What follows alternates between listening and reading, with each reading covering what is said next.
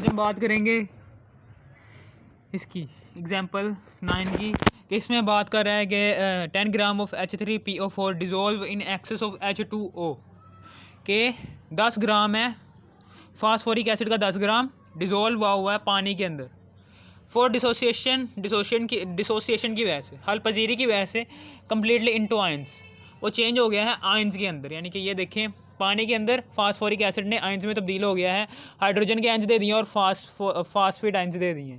ठीक है ना, समझ आ गई। फिर उसके बाद आगे हम बात करते हैं नंबर ऑफ़ पार्टिकल्स।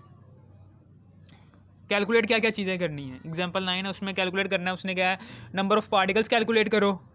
उसने क्या, number of positive and negative ions calculate करो। ये जो उनसे पॉजिटिव और नेगेटिव आयंस हैं ये भी कैलकुलेट करने हैं। फिर उसने कहा है जी मैस ऑफ इंडिविजुअल आयंस, यानी कि हर आयन का इंडिविजुअल पार्ट भी कैलकुलेट करना है, मैस ऑफ इंडिविजुअल आयंस। ठीक है ना, मैस सिर्फ एक अकेले आयन का मैस मालूम करना है। ठीक है ना, वो भी उसने क्या आगे number of positive and negative charges in solution, और पॉजिटिव और नेगेटिव चार्जेस भी सॉल्यूशन के अंदर वो भी number of positive and negative charges भी सॉल्यूशन के अंदर वो भी फाइंड करने हैं। ठीक है ना, नंबर ऑफ़ मॉलिक्यूल्स कैसे फाइंड करेंगे। नंबर ऑफ़ मॉलिक्यूल्स फाइंड करने के लिए हम क्या करेंगे, हम नंबर ऑफ़ मॉलिक्यूल्स कैसे निकालेंगे। ठीक है ना, नंबर ऑफ़ मॉलिक्यूल्स कैसे निकालेंगे, हमें पता है कि ये जो सी फ्लो डायग्राम है मोल की, यहाँ पर देखें, यहाँ पर नंबर ऑफ़ मॉलिक्यूल्स ये हैं। पार्टिकल्स में आते हैं जी atoms, ions, molecules, formula units,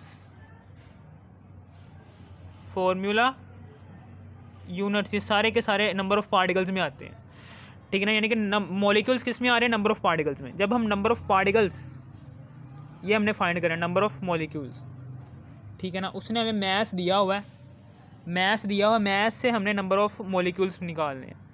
ठीक है ना, कैसे निकाल सकते हैं, ये देखें ये मैस ऑफ अ सब्सटेंस ने दिया हुआ है। ठीक है ना, मैस ऑफ अ सब्सटेंस ने दिया हुआ है, हम मोल निकाल सकते हैं। मैस ऑफ अ सब्सटेंस दर्ज करेंगे और फिर मोलर मैस दर्ज करेंगे, हमारे पास मोल आ जाएंगे।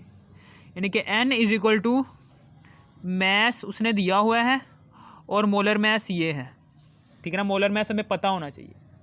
मैस यहाँ पर क्या है, मैस ऑफ अ सब्सटेंस क्या है हमारे पास, मैस है जी 10 मैस है, और मोलर मैस क्या है, मोलर मैस है जी ये 98 ग्राम पर मोल।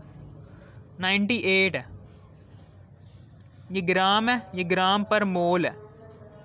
ग्राम से कैंसिल हो गया, पर मोल ऊपर जाके इसको हम निकालते हैं कैसे, कैलकुलेटर के थ्रू। ये देखें 10 को डिवाइड कर देंगे 98 से, 10 को डिवाइड कर दिया 98 से, तो हमारे पास आ जाएगा 0.1020 मोल आ जाएंगे।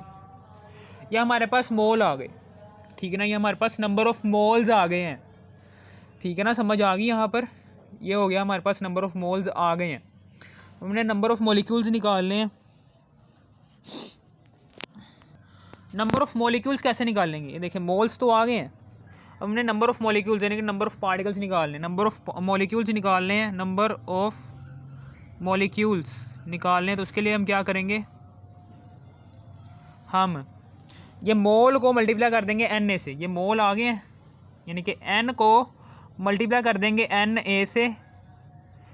एन क्या है हमारे पास 0.1020, इसको मल्टीप्लाई कर देंगे 6.02 मल्टीप्लाई बाय 10 की पावर्स 23।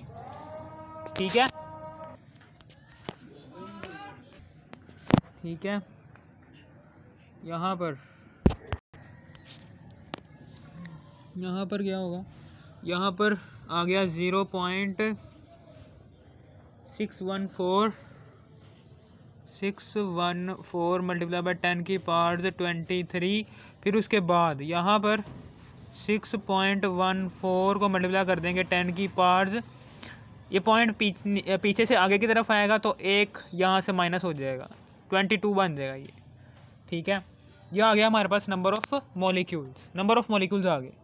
फिर उसके बाद नंबर ऑफ़ पॉजिटिव आइंस और नंबर ऑफ़ नेगेटिव आइंस ये निकाल लें, ठीक है ना। हमें पता है पॉजिटिव आइंस कितने हैं, ये है पॉजिटिव आइंस, 3 पॉजिटिव आइंस। यानी कि मेरे कहने का मतलब ये है कि हाइड्रोजन के 3 एटम्स हैं, 3 आइंस हैं हाइड्रोजन के। तो इसलिए हम क्या करेंगे, हम इन मॉलिक्यूल्स को, 3 हाइड्रोजन के आइंस हैं, number of positive ions, number of positive ions जो उनसे हैं, नंबर ऑफ 3H+ आइंस जो उनसे हैं वो ये हैं कि यहाँ पर 3 आइंस है ना, 3 आइंस हैं H+ के। तो इसलिए इन आइंस को हम मल्टीप्लाई कर देंगे, इतने मॉलिक्यूल्स हैं, इतने मॉलिक्यूल्स हैं 6.14 से, ठीक है ना। मल्टीप्लाई कर दिया 6.14 मल्टीप्लाई बाय 10⁻22, हमारे पास आंसर आ जाएगा, ठीक है, 18.42 मल्टीप्लाई 10⁻22। ये पॉइंट इधर आ जाएगा तो 1.842 मल्टीप्लाई बाय 10⁻, पॉइंट इधर से इधर आ गया, ठीक है ना। 22 में प्लस कर देंगे 1 तो यहाँ पर 23 बन जाएगा,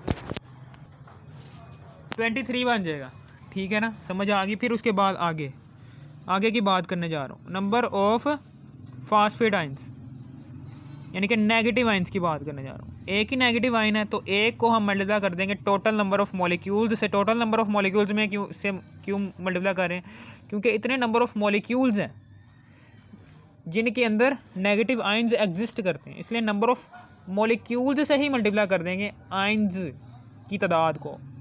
यानी कि जब H3PO4 की डिसोसिएशन होती है पानी के अंदर तो एक नेगेटिव आइन बनता है, उस एक नेगेटिव आइन को टोटल नंबर ऑफ मॉलिक्यूल से मल्टीप्लाई करेंगे तो हमें पता चल जाएगा कि कितने आइंस फास्फेट आइंस के बने हैं, इतने फास्फेट आइंस के बने आइंस, ठीक है ना। ये इतने आइंस की फॉर्मेशन हुई है फास्फेट की, ठीक है ना। अब हम उसके बाद मैस ऑफ इंडिविजुअल आइंस, ठीक है ना, यानी कि हर एक आयन का मैस मालूम करना है, individual ion, number of hydrogen ions के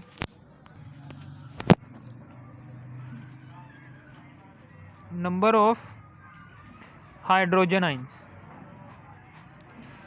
नंबर ऑफ हाइड्रोजन आयंस जो उनसे हैं, ये नंबर ऑफ हाइड्रोजन आयंस जो उनसे हैं, हाइड्रोजन आयंस के ions, number of hydrogen ions,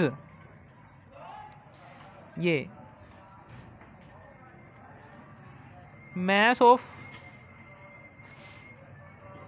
hydrogen ion over molar mass of, molar mass कह रहा हूँ, आयनिक मैस ऑफ, क्योंकि ये आयन है ना इसलिए, आयनिक मैस ऑफ हाइड्रोजन आयन। चूँकि हम नंबर फाइंड कर रहे हैं तो इसलिए यहाँ पर आ जाएगा Na, ठीक है। फिर उसके बाद यहाँ पर ये मैस फाइंड कर रहे हैं तो अब हम कीमत दर्ज करेंगे। नंबर ऑफ हाइड्रोजन आइंस जो उनसे होते हैं, नंबर ऑफ हाइड्रोजन आइंस जो उनसे होते हैं, ये नंबर ऑफ हाइड्रोजन आइंस ये वाले, ये कितने हैं, ये इतने हैं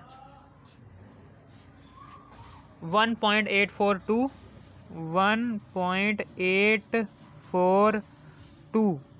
मल्टीप्लाई बाय 10⁻23, ठीक है। ये आयनिक मैस जोन सा है, ये आयनिक मैस जोन सा हाइड्रोजन आयन है, हाइड्रोजन आयन का आयनिक मैस। आप हाइड्रोजन में से एक इलेक्ट्रॉन खारिज करो या फिर एक इलेक्ट्रॉन ऐड करवाओ, आयनिक मैस मोल जो सा एटॉमिक मैस होगा हाइड्रोजन का उसके ही बराबर होगा। आपको पता है एटॉमिक मैस हाइड्रोजन का कितना होता है, 1.008 इतना होता है। तो ये इधर डिवाइड हो रहा है, उधर जाके मल्टीप्लाई हो जाएगा। जैसे ये मल्टीप्लाई होगा तो हमने इसकी कीमत दर्ज कर दी है, ठीक है।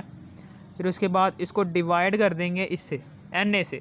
Na क्या है हमारे पास 6.02 multiply by 10⁻23 is equal to क्या है, मैस ऑफ हाइड्रोजन आयन। यहाँ पर ये 23 कैंसिल हो गए, इसको इसके साथ मल्टीप्लाई करेंगे, मल्टीप्लाई करने के बाद जो सा जवाब आएगा उसको इससे डिवाइड कर देंगे, ठीक है ना। मास ऑफ हाइड्रोजन आयन हमारे पास आ जाएगा जो कि होगा 0.308। चूँकि मैस है इसलिए इसका यूनिट भी ग्राम आ जाएगा। इसी तरीके से आगे अब हम फाइंड करेंगे नंबर ऑफ किसका, हाइड्रोजन आयन तो हमें फाइंड हो गए हैं, हाइड्रोजन आयन्स तो हमने फाइंड कर लिए हैं। अब फास्फेट आयन्स की बात कर रहे हैं। Phosphate ion is equal to mass of phosphate ion, यानी कि फास्फेट आयन का मैस ओवर आयनिक मैस किसका, फास्फेट आयन का, मल्टीप्लाई कर देंगे इसको Na से, मल्टीप्लाई कर देंगे इसको Na से। अब हम यहाँ पर कीमतें दर्ज करेंगे। नंबर ऑफ़ फास्फेट आयन्स इतने हैं 6.14 मल्टीप्लाई बाय 6.14 मल्टीप्लाई बाय 10 की पावर 22, ठीक है ना। ये आयनिक मैस इधर मल्टीप्लाई हो रहा है, उधर जाके ये आयनिक मैस उधर जाके आयनिक मैस जो सा इधर डिवाइड हो रहा है उधर जाके मल्टीप्लाई हो जाएगा, और मल्टीप्लाई जब ये होगा तो इसकी कीमत दर्ज कर देनी है। हमें पता है कि फास्फेट आयन है तो यहाँ पर इसकी फास्फेट का होता है 31 प्लस 4 ऑक्सीजन का होता है 16, ठीक है ना। अब जो सा आंसर आएगा वो 95 ग्राम पर मोल आएगा। तो यहाँ पर 95 लगा देंगे बस, और क्या करना। 95 ग्राम पर मोल फास्फेट आयन का एटॉमिक मास है, 95 लगा दिया। फिर उसके बाद अब ये Na इधर मल्टीप्लाई हो रहा है, उधर जाके डिवाइड हो जाएगा 6.02 मल्टीप्लाई बाय 10 की पावर 23, ठीक है ना। यहाँ पर आ जाएगा, यहाँ पर मास ऑफ फास्फेट आयन आ जाएगा, ठीक है ना। अब उसके बाद यहाँ पर अब हम क्या करेंगे, ये ध्यान से सुनना बात मेरी, कि इसको इसके साथ मल्टीप्लाई किया, इन दोनों को मल्टीप्लाई करने के बाद इसको डिवाइड कर दिया, 96.893 आ गया, 96.893 आ गया। तो मल्टीप्लाई कर देंगे 10 की पावर 22 में से माइनस कर देंगे ये बड़ी इसको, क्योंकि तकसीम हो रहा है। तकसीम जब 10 की पावर्स आपस में तकसीम होंगी तो उनकी जो सी पावर्स है वो माइनस हो जाती हैं, तो इधर माइनस आ गया। फिर उसके बाद आगे मास ऑफ फास्फेट आयन, ठीक है। अब ये -1 आ गया, इसकी पावर क्या आ गई, 10 की पावर -1 में आ गई है, 96.843 -1 में आ गया। तो ये पॉइंट जो सा होगा ये इधर चला जाएगा, को पता है -1 है ना, ठीक है ना, -1। तो फिर ये जो सा -1 है मास ऑफ फास्फेट आयन, ये -1 जो सा है ये पॉइंट उधर चला जाएगा, ये पॉइंट जो सा है ये इधर आ गया, क्योंकि -1 को हमने +1 में लेकर आना है। ये पॉइंट उधर चला गया, ये हमारे पास आ गया मास ऑफ फास्फेट आयन। ये फास्फेट आयन का मास आ गया हमारे पास, ये फास्फेट आयन का हमारे पास मास भी आ गया, फास्फेट आयन का भी मास आ गया है, दोनों आयन्स के मास आ गए।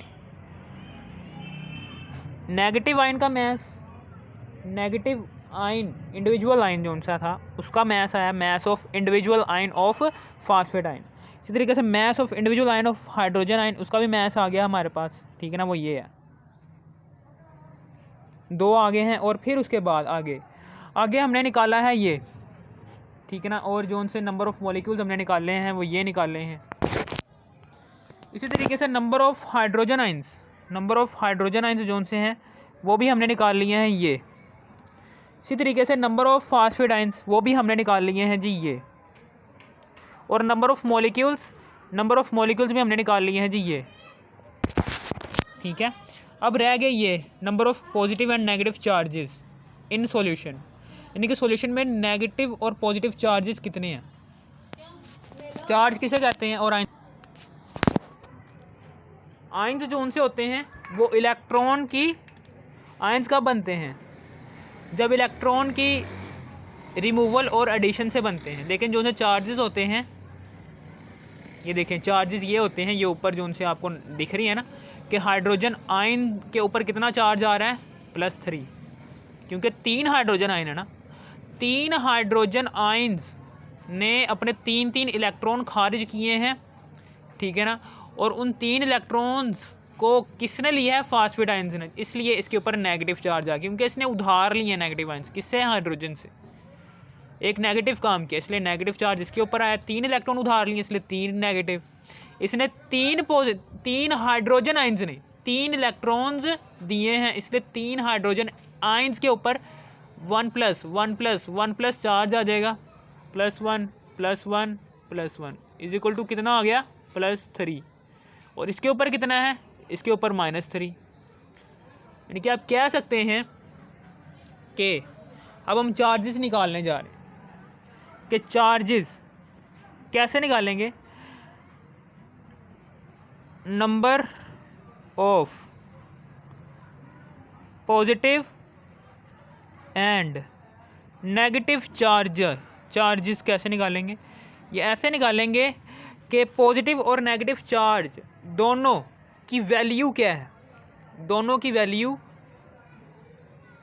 एक की +3 है और एक की -3 है, ठीक है ना, तो दोनों की वैल्यू 3 ही है, तो 3 को हम मल्टीप्लाई कर देंगे, कितने नंबर ऑफ़ मॉलिक्यूल्स है, नंबर ऑफ़ मॉलिक्यूल्स से मल्टीप्लाई करेंगे, क्योंकि इतने नंबर ऑफ़ मॉलिक्यूल्स हैं, इतने नंबर ऑफ़ मॉलिक्यूल्स हैं, इतने नंबर ऑफ़ मॉलिक्यूल्स, इतने नंबर ऑफ़ मॉलिक्यूल्स, इतने नंबर ऑफ़ मॉलिक्यूल्स जब पानी में आयन्स में तब्दील होते हैं, इतने नंबर ऑफ़ मॉलिक्यूल्स जब पानी में आयन्स में तब्दील होते हैं, तो हमारे पास ये चार्जेस आते हैं, ठीक है ना, नंबर ऑफ़ मॉलिक्यूल्स में इसलिए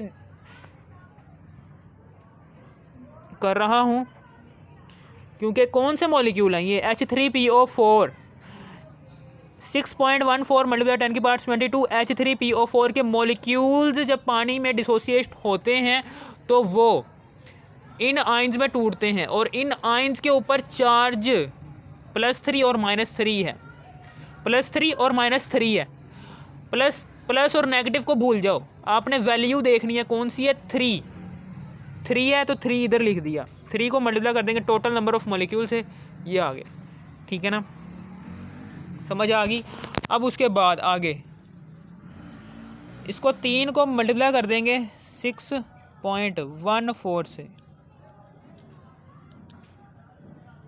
ठीक है ना, हमारे पास आ गया 18.42 मल्टीप्लाई बाय 10⁻22 आ गया, ये पॉइंट जो सा है ये इधर आएगा, 1.842 बन जाएगा मल्टीप्लाई बाय 10⁻, चूँकि ये पॉइंट जो सा है ये पीछे से आगे की तरफ आया,